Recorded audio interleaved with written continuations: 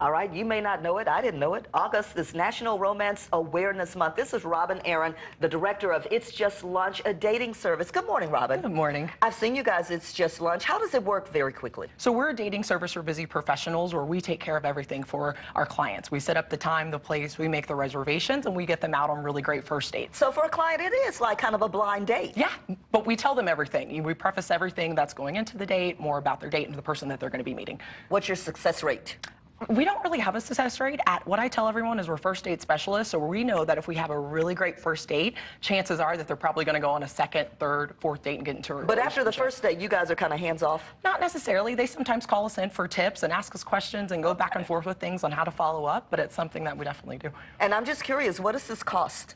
So a starting membership for our clients is $2,400. And that's a good filter right there. Oh, absolutely. Well, it tells people... Not going to get too many busters. It's true. It tells people, hey, you know, the people that we're here with are busy professionals, they're serious about dating, and they want to meet really great, you know, dynamic people. I find it fascinating. Okay, now let's talk about first date tips, because I listen to this radio program on this one country station, and it's always about a first date that went horribly wrong, and they ambush the person who doesn't want another date, and it's just hilarious. And you hear all kinds of weird things, like the last one I heard, this guy showed up to a nice restaurant in not just flip-flops, but flip-flops that kept breaking. Why do people do stupid stuff like that, Robin? You know what? Some people are just bad daters, you know? There's not really a chance for them to get out there and have someone like us to say, hey, make sure you set your first, you know, impression and make it a really, really good one, you know? Tips on having a good first date. That's the first thing that I would tell people. Like I said, It's Just Lunch, we're first date specialists. So I tell people, you only get one first impression. So make sure you not only look the part, but you come across as someone who's fun and nice and that you have that connection with someone. You bring good energy to the table. Okay, what else? Give me some specifics. Things people should and should not do.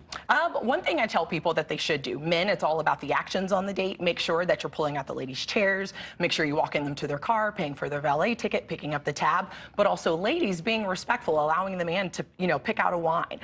You know, another thing that I suggest for the ladies, treat the wait staff appropriately. That's a key thing. That shows a lot about you and who you are as a person and about your manners. And then what's something you should just never, ever do on a first date, a specific thing? Talk about politics. Danger.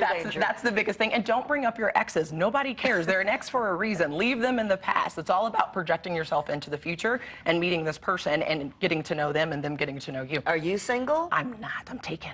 I like that. See? She knows how to get somebody and somebody good. Thank you, Robin, so much. Great tips. Thank you. Yeah, who knew? August, Romance Awareness Month. We'll be right back.